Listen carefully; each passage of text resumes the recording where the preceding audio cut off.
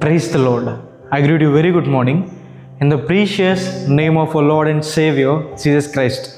మన ప్రభువును రక్షకుడైన యేసుక్రీస్తు నామములో మీ అందరికీ శుభాలు తెలియజేస్తున్నాను. ఎలా ఉన్నారు? మీరంతా బాగున్నారా? మీకోసం ఎల్లప్పుడూ ప్రార్థన చేస్తున్నాను. దేవుడు మనకు ఆశ్రయదుర్గమై ఉన్నారు. ఆయన యొద్దకు వచ్చే వారిని దేవుడు ఎంత మాత్రమును త్రోసివేయడని దేవుని వాక్యం సెలవిస్తుంది. ఆయన ఆశ్రయించిన వారికి ఏ మేలు కూడా కుదవనిదని దేవుడు మనకి తోడై ఉంటాడు. శాంతి, సమాధానము, కృపతో, ప్రేమతో దేవుడు మనల్ని నింపుతాడని ప్రతిరోజు కూడా బైబిల్ గ్రంథంలోంచి ఒక వాగ్దానం ధ్యానం చేస్తున్నాం కదా. ఈరోజు కూడా ఒక వాగ్దానం ధ్యానం చేద్దాం. చూడండి, బైబిల్స్ ఉన్న వాళ్ళంతా ఓపెన్ చేయండి. కీర్తనల గ్రంథము 146వ అధ్యాయము 6వ వచనం. ఆయన ఎన్నడూను మాట తప్పనివాడు. హల్లెలూయా. మనుషులు ఇచ్చిన మాటను తప్పుతారేమో కానీ దేవుడు తాను ఇచ్చిన మాటను ఎప్పుడూ తప్పిపోడని. ఆయన సర్వ సృష్టికర్త కాబట్టి, ఆయన సర్వాన్ని సృష్టించిన వాడు కాబట్టి ఆయన ఇచ్చిన మాటను ఎప్పుడూ కూడా తప్పడు అని. కుటుంబస్తులు, అధికారులు మాట ఇవ్వడానికి, వాగ్దానం చేయడానికి త్వరపడతారేమో కానీ దేవుడు ఇచ్చిన వాగ్దానం నెరవేర్చడానికి త్వరపడతాడని బైబిల్లో రాయబడింది. ఆయన మాట ఇచ్చి స్థిరపరచుకుని ఉంటాడా? దేవుడు ఇచ్చిన మాటను ఖచ్చితంగా నెరవేరుస్తారు.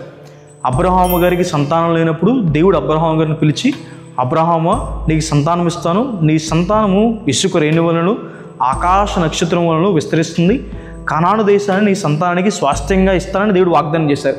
ఆయన చెప్పినట్టే అబ్రహాము గారి పట్ల దేవుడు తన వాగ్దానం నెరవేర్చారు.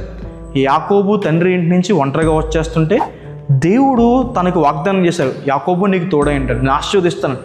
లాబాను యాకోబుని ఎంతలా మోసం చేసినా దేవుడు మాత్రం యాకోబుని అత్యధికంగా ఆశీర్వదించారు. దేవుడు యోసేపుకి వాగ్దానం చేశారు, యోసేపుని అందరికన్నా ఉన్నతమైన స్థానం ఇస్తానని. అయితే అన్నలు తీసుకువెళ్ళి యోసేపు వర్తకులకు అమ్మేస్తే యోసేపు ఐగుప్తు దేశంలో బానిసగా బ్రతికాడు, చెరసాలలోకి వెళ్ళిపోయాడు. అయినా సరే దేవుడు ఇచ్చిన మాటను నెరవేర్చాడు అని. హల్లెలూయా. దేవుడు ఈ లోకానికి వస్తారని వాగ్దానం చేశారు, మన కోసం ప్రాణం పెడతారని వాగ్దానం చేశారు, తిరిగి లేపబడతారని వాగ్దానం చేశారు. ఆయన చెప్పినట్టే ప్రతిదీ కూడా చేశాడని. అలాగే ఆయన రెండోసారి వస్తారని వాగ్దానం చేశాడు, ఆయన ఖచ్చితంగా నెరవేరుస్తాడు. దేవుడు మీ జీవితంలో చేసిన ప్రతి వాగ్దానం కూడా దేవుడు నెరవేరుస్తాడని. బైబిల్లో 8,000 వాగ్దానాలు ఉన్నాయి, 8,000 ప్రామిసెస్. ఆ వాగ్దానాల మీద మనం విశ్వాసం ఉంచి మనం ప్రార్థన చేసినప్పుడు దేవుడు ఆ వాగ్దానాల్ని మన పట్ల నెరవేరుస్తాడని. దేవుని మీద, దేవుని వాక్యం మీద విశ్వాసం ఉంచండి. నమ్ముట మీ వలన అయితే నమ్మువానికి సమస్తము కూడా సాధ్యమని. మనం నమ్మితే దేవుని మహిమను చూస్తామని దేవుని వాక్యం సెలవిస్తుంది.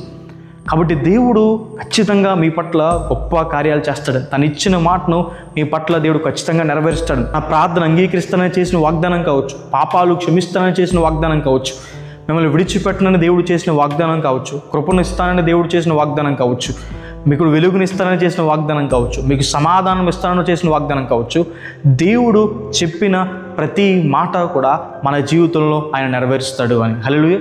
ప్రార్థన చేసుకుందాం. సర్వశక్తిమంతుడా, జీవం గల దేవేశ్వర ప్రభువా, మీకు వేలాది వేలాది వందనాలు వేసే ఈరోజు ఈ వాగ్దానం ద్వారా మాతో మాట్లాడినందుకు దేవా ప్రభువా మీకు వందనాలు.